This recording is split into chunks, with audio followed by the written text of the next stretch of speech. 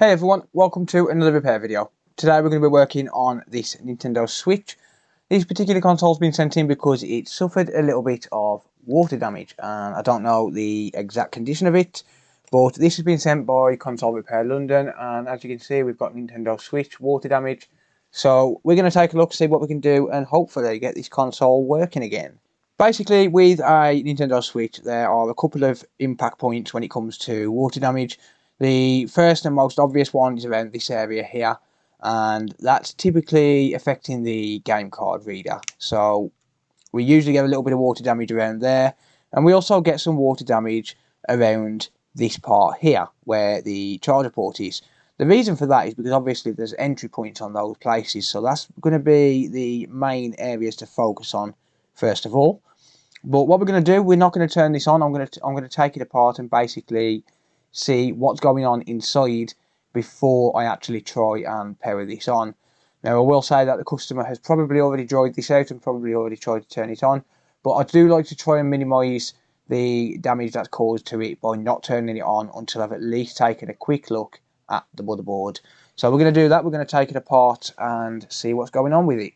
While I've got your attention, if you are new to the channel and you like this type of content, be sure to hit the subscribe button and turn on the bell notifications so that you don't miss any future uploads.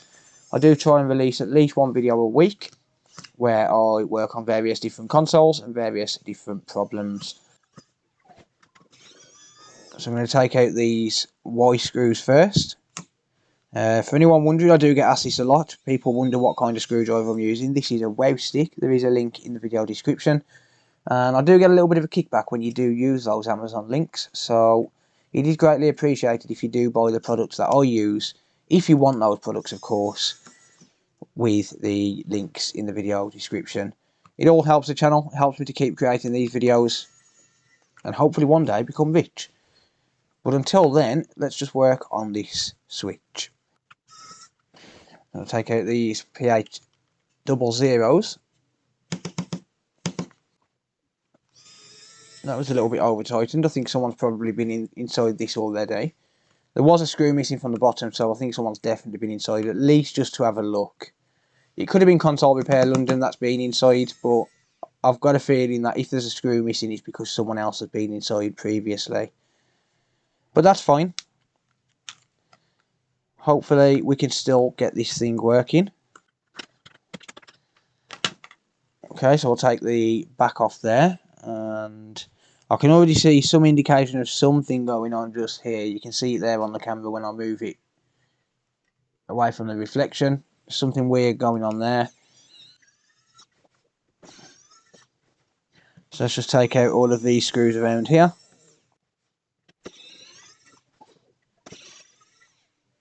So what I plan to do here is just take the console itself apart, just so I can see the motherboard, just so I can see the condition that it's in. If it's in a relatively good condition, then I'll try and power it on, but if it's in a poor condition on this side of the board, then I won't attempt to turn it on until I've done some diagnostics.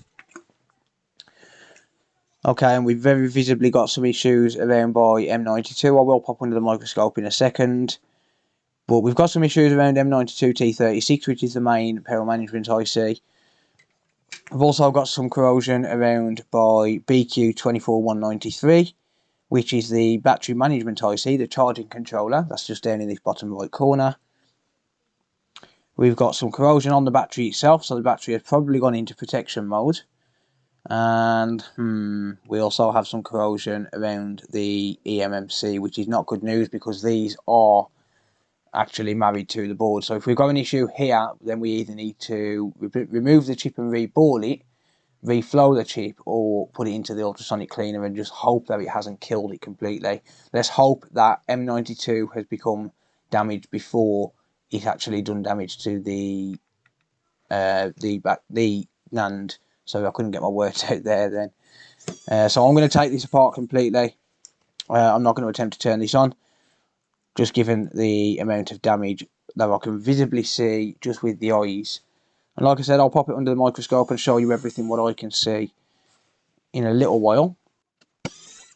Let's just hope there's no damage around the CPU.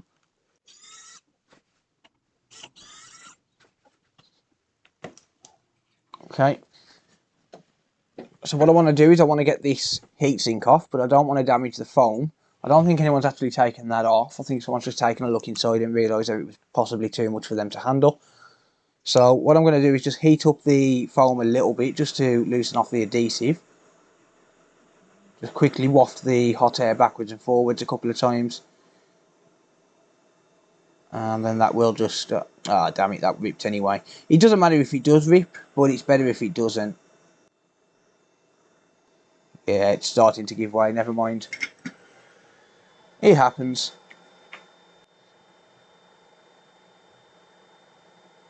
Yeah, it ripped. It's okay, it's fine.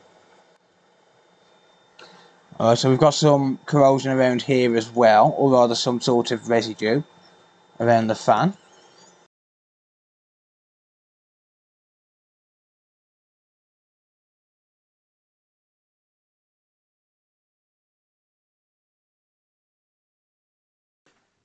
Can't see any corrosion around this part. Actually, yeah, I can, sorry, yeah, my finger was covering that. There is a bit there. There's a bit on the game card reader itself. That should just clean up fine, but I mean, we'll see when we actually get a little bit closer under the microscope. So let's just grab some tweezers and I can disconnect these ribbons. So I always use tweezers for these to prevent it from damaging the LCD connector. 99% of the time it doesn't damage it when I take it off. And I apologise if there's any background noise. There are people sitting out in their back gardens, which sadly I can't do anything about. But I wanted to make a video on this because liquid damage is always interesting because it's generally different every time.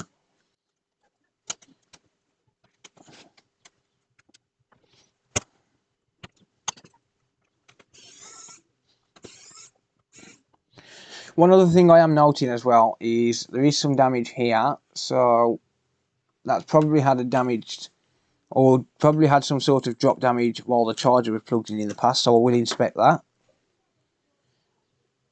And yeah, we have some corrosion around here, we have some corrosion around here. A little bit of corrosion around here. And a lot of this is probably just superficial, to be honest. But we will see when we get under the scope. So before we do anything, I don't really want to get thermal paste on my hands. So I'm going to clean up the thermal paste. That would have to be changed anyway.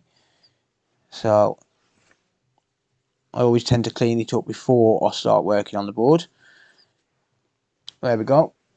Let's pop under the scope. Let's see what's going on. Alright, so let's start around by BQ24193, which, like I said, is the battery management IC. This handles charging and very visible corrosion around there with a very burnt capacitor. So most likely going to have a BQ24193 issue. We've got some corrosion around these incoming MOSFETs here, or rather these input MOSFETs. We've got some very visible corrosion around this side of M92, or rather, actually all sides of M92. Bit of corrosion on the CPU cap as well, which is not good. So there's basically, this cap here is linked directly to the CPU, and there is very visible signs of some damage there. So hopefully it's not killed the CPU. Hopefully it stopped power going to the CPU before that happened.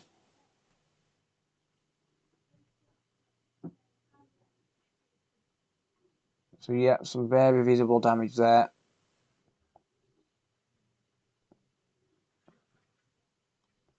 So M92 and BQ most likely going to need replacing.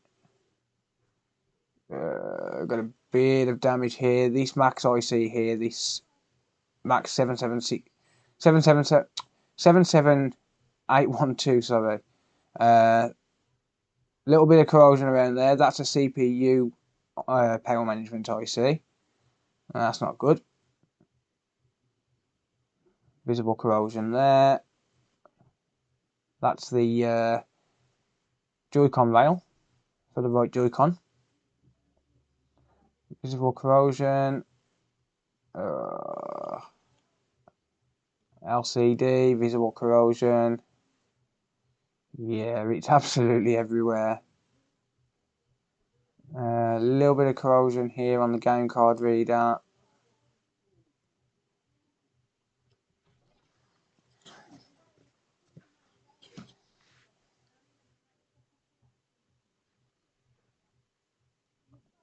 This IC here is the fuel gauge. This tells the console what the battery percentage is. I'm not really overly concerned about that right now. But there is damage there.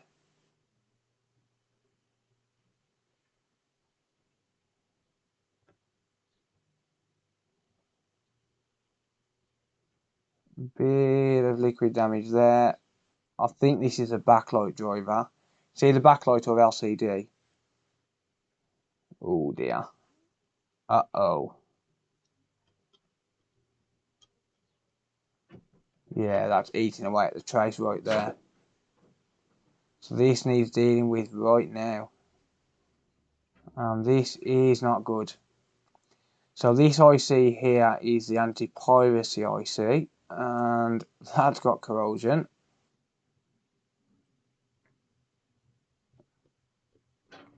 This could take a little bit of rework, to be honest.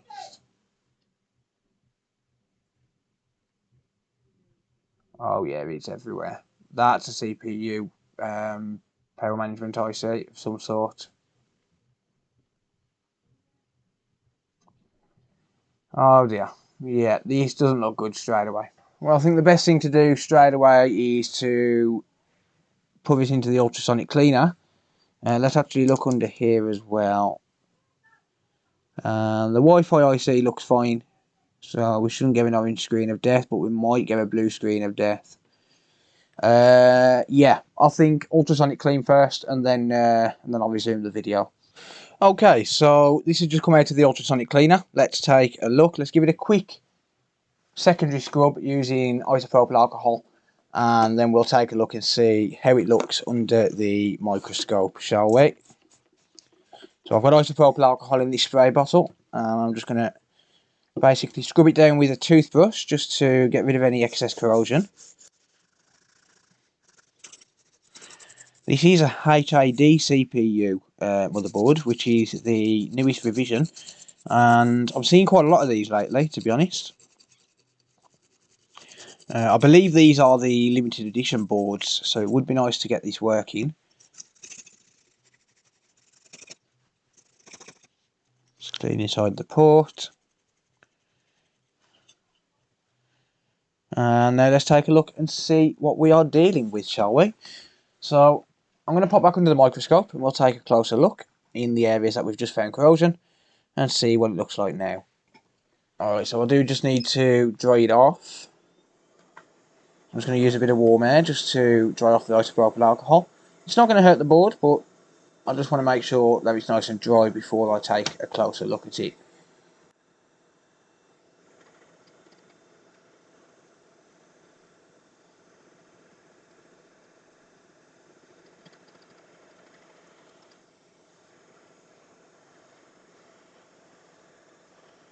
Okay, so let's start again then. Let's take a closer look at this now. Right, so definitely still got some damage around BQ, but it does look a lot better. So we could just have a couple of bad caps and resistors, or we could have some further damage. The battery management area looks a lot better. Oh, sorry, the input MOSFETs look a lot better rather. This looks a million times better around M92. The wonders of an ultrasonic cleaner, eh?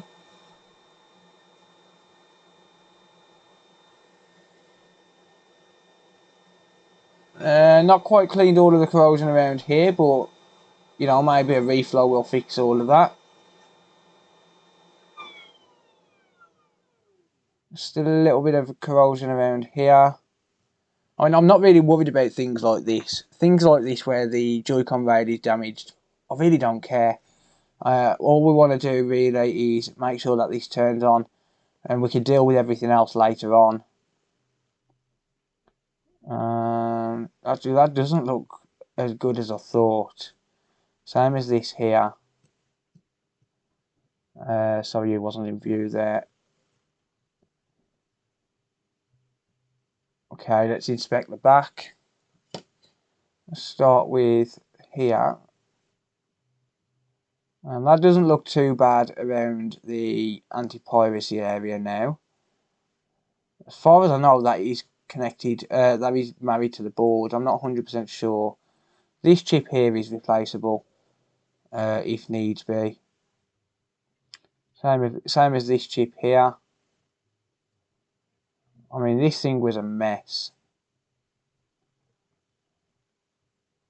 Max IC looks rough as houses. This is the one that controls battery charging. So when it comes from BQ, it goes into the Max IC. Or it might go into Max IC first and then go to BQ. I'm not 100% sure, but either way, it does control battery management. So if you don't get any output on the battery, then always check there. This fuel gauge area looks good now. Again, the fuel gauge is something that I'm not really that concerned about, because all that's going to do is report the battery percentage to the console. So until we get it charging, which I'm going to guess it's not going to be charging right now, but until we get it charging, I'm not really bothered about things like that. Audio IC looks good. Okay, let's just do some tests. So testing wise, I'm going to start off with BQ and just see if we've got any shorts around there. And you might notice I'm referring to things as, for example, M92, BQ, P13. That's just abbreviations for the chips. When I refer to BQ 24193 as BQ, I mean this chip here or this area here. If I refer to M92, I'm referring to up here. And if I'm referring to P13, I'm referring to the video management IC there. It just saves a little bit of time. So like I said, let's test around here first. So I'm going to test this coil. And the coil is good. Okay. Do we have a short on the coil at all? We do not. So do we have a short on this cap here? No, we don't.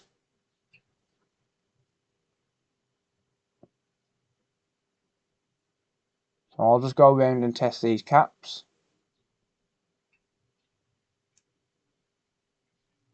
That resistor's probably not making a good contact.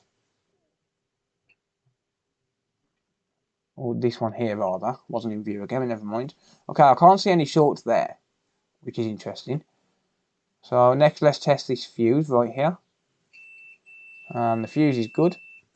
So that fuse there is for the voltage in rail for the USB-C port. That does blow quite often. Let's test this filter here.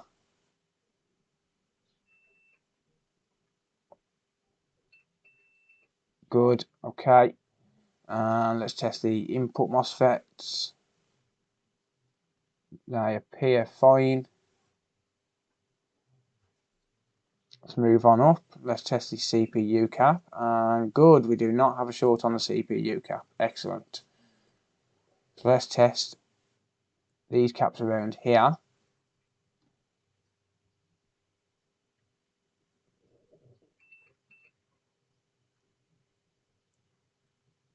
And interestingly, we don't get any shorts on those caps there. That's absolutely insane that there's no shorts on those caps.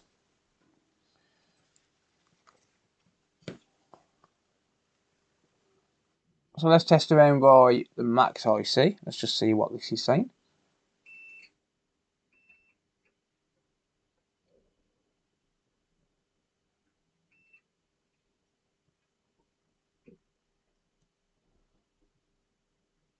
And amazingly, we don't get any shorts there either. So did this die before anything else actually died? Or rather, did it drain the battery before anything else died? So let's plug it in, let's find out. Okay, so let's just test and see what's going on. So I'm going to get a known good battery right now. So this right here is a known good battery. And it should have some charge in it. But let's just see what goes on when we hook this up to the USB ammeter, shall we? So I'm going to hook this up on essentials only, and that's going to be the LCD, the backlight, the power button and the battery is all I'm going to hook up to this. And then I can see roughly what's going on based on the USB ammeter readings.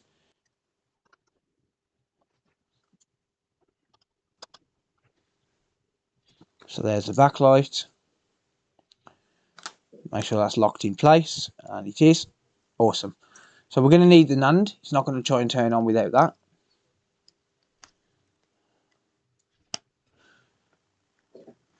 And let's take my USB ammeter. This is going to tell me roughly what's going on with the board. Just plug that in. And we get 0.03 amps. So 30 milliamps current draw, no display on the screen, and no signs of life. That is at 15 volts, interestingly. So let's now flip it around. Let's see what happens this side. Again, 0.02. So around about the same. So I've got a feeling that either M92 or BQ is bad, and that is just not showing any signs of being bad. Let's just test and see what kind of voltage reading we're getting on the battery. Oh damn it, I haven't even got the battery plugged in. What am I thinking? Well, that will teach me, I suppose. Half an amp. And turning on.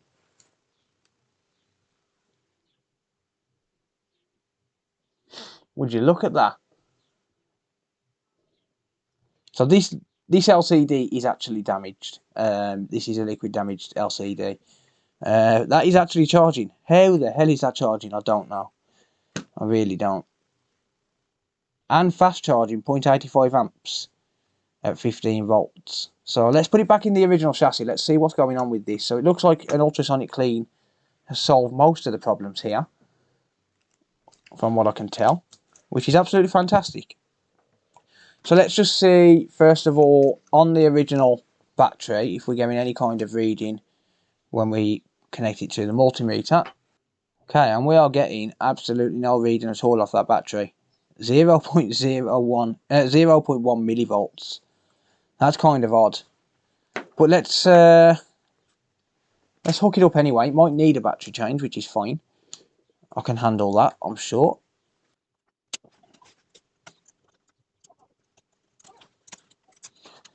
So that's my known good screen, even though it is liquid damage. So that's just basically my test screen. I actually bought that as part of a job lot of faulty switches. But I'm using that just as a known good screen with a known good test screen. One that at least works, even if it is liquid damaged. It doesn't matter as long as I can see the screen working. So let's just plug in everything now, and then we can see what actually needs doing to this, because it's going to need some work, I'll guarantee that. It might need an LCD, might need a card reader, it might need a battery. The battery might just need waking up. It looks like the battery's gone into protection mode, which would be a really, really good thing if that has happened, because we're not getting any voltage output at all on the battery. So it could have just put itself into protection mode to protect the rest of the circuit, and then actually fixed itself before it's done too much damage, or rather killed itself before it's done too much damage. Kind of like taking your own life to protect your friends. Don't kill them, kill me. Bang.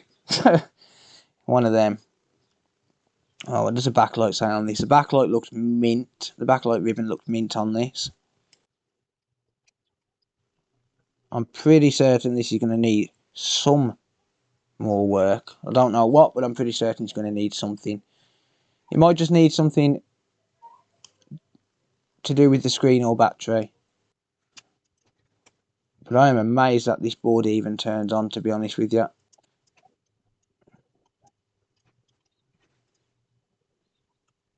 So there's the left Joy-Con rail, sorry, the right Joy-Con rail.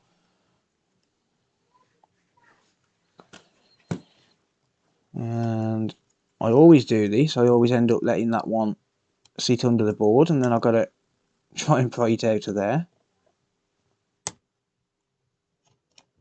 And interestingly, the battery appears to be reporting correctly, because I only tested that battery last night, this one here. I only tested that last night, and I charged it to about 30%, and I was messing around with it after that. So the battery management, or the fuel gauge rather, appears to be reporting the correct battery. So I think the battery just put itself into protection mode before any further damage was done. Or it could have completely killed the battery.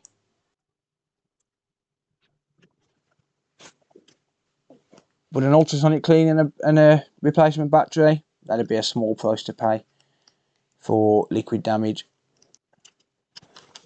It isn't actually saying that this is fully working. We would need to test it on a dock as well, to make sure that the M92 and P13 are working as they should. And hopefully this doesn't need an LCD, because I don't think I have any in stock, to be honest. And I think we're ready to test.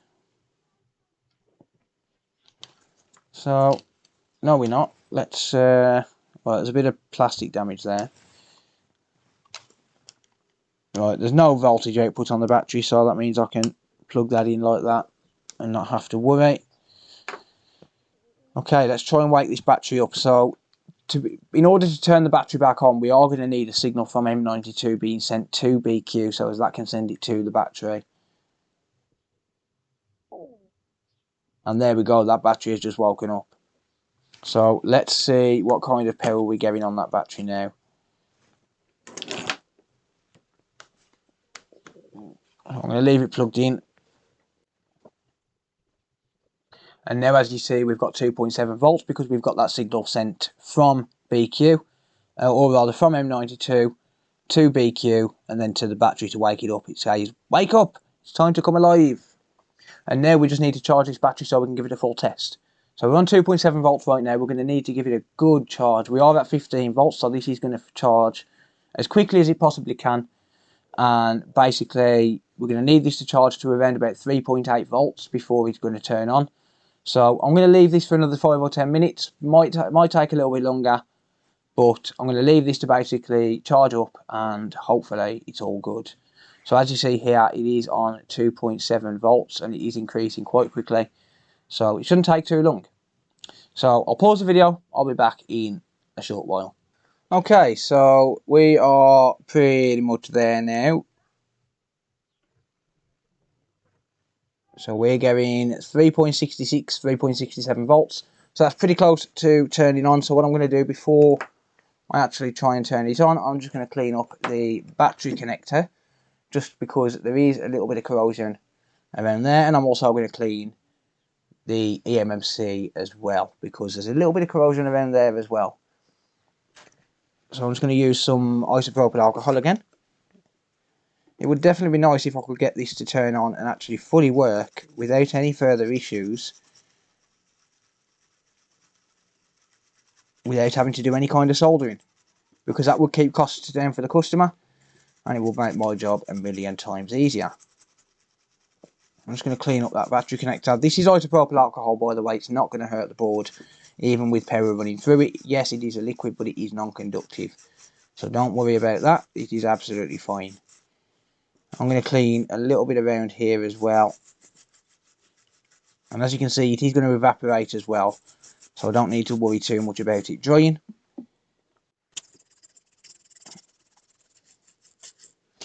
Okay, that should do it. That should be good enough. Let's check the voltage one more time. We should be on close to 3.8 volts, which is very, very close to it turning on. I can still see the backlight is on. I can see it through the little corner there. So that's good to know.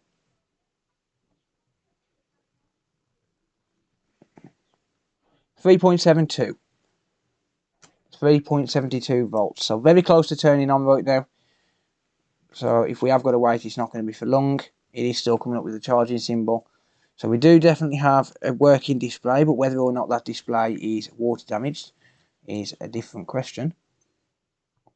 And there you go. So that's now fast charging as well, just by unplugging it. Because it was so close, just unplugging it and replugging it in. And that appears to be working. That's awesome. Let's turn up the volume. Excellent. So I'm going to leave that on charge. I'm going to be very careful that I don't damage the charging port.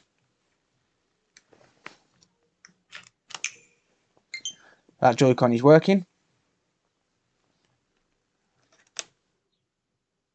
That Joy-Con's not working.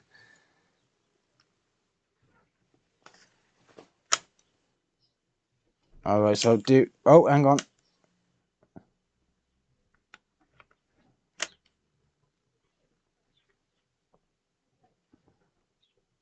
Okay, we've now got 1.01 amps as well, which is excellent news.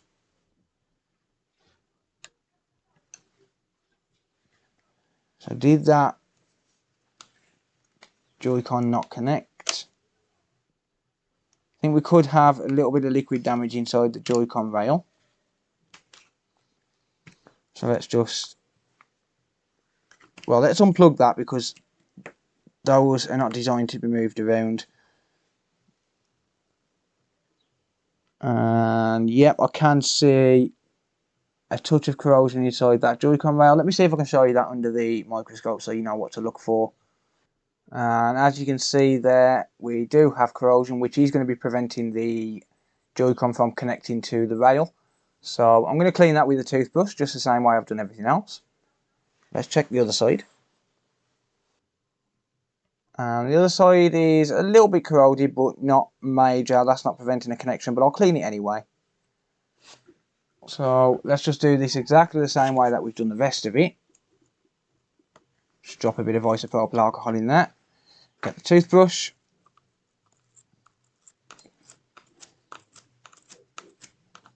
And the fan is spinning as well. I am noting that the fan is spinning, which means it should charge the Joy-Cons.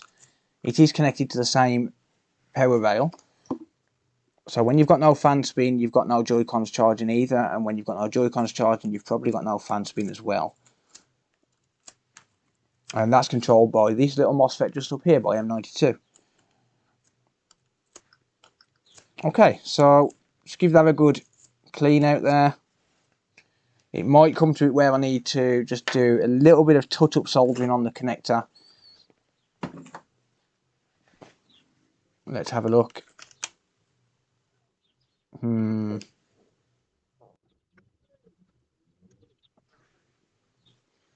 Yeah, so we've definitely got... Oh, there we go. Paired. Paired. Paired. Paired. That's pairing now. So just a little bit of a clean up once again. And now that is working what appears to be absolutely fine. Okay, let's do a few basic tests. Let's plug it back in because we are only on 1%. So test number 1, is it charging both sides? So we've got a charging symbol there. And we've got a charging symbol there. So that appears to be absolutely fine. Test number 2, we're going to test the Wi-Fi.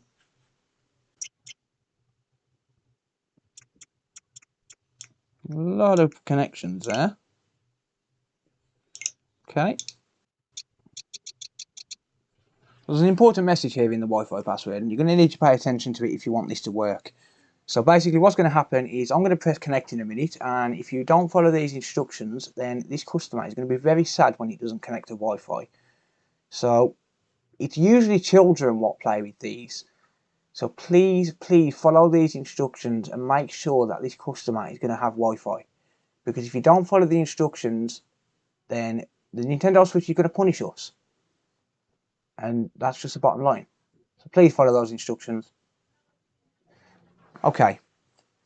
So let's see if you follow those instructions correctly. This is your last chance to do so.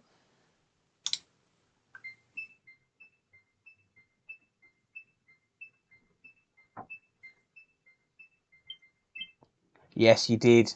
I got a little bit worried there for a second, but it seems like you do care about those children playing these consoles, and for that reason you pressed that red button. Thank you so much. This child is going to be, well, I assume child, is going to be very, very happy.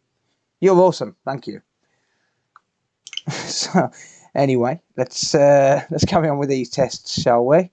So let's go to the system. No, sorry, controllers and sensors. I'm not going to test the Joy-Cons. These are test Joy-Cons that don't work properly. They're working enough for testing things. I'm going to test the touchscreen, make sure we've got no dead spots.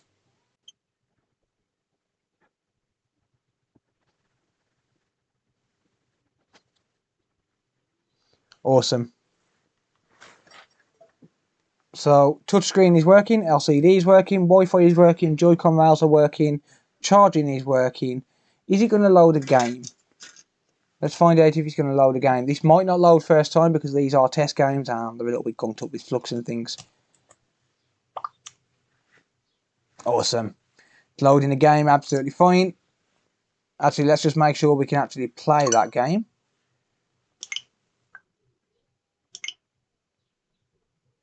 Make sure that anti-piracy chip is working fine. Excellent once again. Let's pop it onto the dock. So I've got a little breakout cable here. This is connected directly to my dock, and the dock is connected to the capture card, so you're going to be able to see it. The screen should go off when I plug this in, and it does. So let's just pop this onto the capture card. Okay, and the capture card is playing up once again because it always does. That's just my life. I'm going to pop the screen on behind me and just test it on there. And as you can see, the dock behind me is working.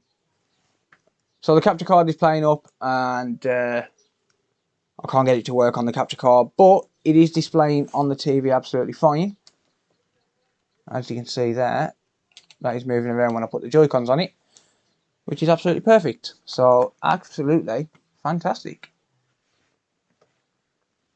So there we go. All I've got to do with this is put it back together, give it a full charge, and we are good to go. So let's just summarise on this one then. I'm not going to put it back together on the video because that's just screwing a few screws back in. But let's just summarise on this. So this was sent in because it had liquid damage, and as you saw when we first had a look at the board, it was in a rather sorry state. But it's amazing what an ultrasonic clean can do. It really is. So once you've inspected it and you know where to look, the best thing to do is to put it into an ultrasonic cleaner. All I use on my ultrasonic cleaner is 99.9% isopropyl alcohol, because we can't get Branton EC in the UK, and the other stuff that we can get from, I think it's MG Chemicals, it's just too expensive. So being a cheapskate, I just use isopropyl alcohol, and that seems to work absolutely fine. I've only got a dinky little ultrasonic cleaner. I am going to get a bigger one eventually, but this, it fits a Nintendo Switch board, which is absolutely fantastic. An ultrasonic clean, a little bit of a scrub, and it's working absolutely fine. And this customer is obviously going to be very happy that it's not going to cost them much. So yeah, I am super happy at the fact that we've managed to get this working on the cheap, and I'm pretty sure the customer is going to be too. But that's going to be for this video. Thank you very much for watching. If you do have any comments or questions, leave them down in the comment section down below. I will always do my best to answer. If you like what you see and you want to see more, be sure to hit the subscribe button if you didn't do it when I requested so for the Wi-Fi.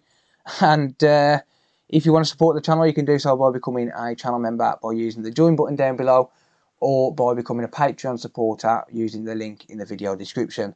There's also some Amazon links to the items that I use in my workshop. If you do click on any of them links, I do get a little bit of a kickback, and it all supports the channel. All channel members and Patreon supporters do get early access to all of my videos, so that is one pretty good incentive to become a channel supporter.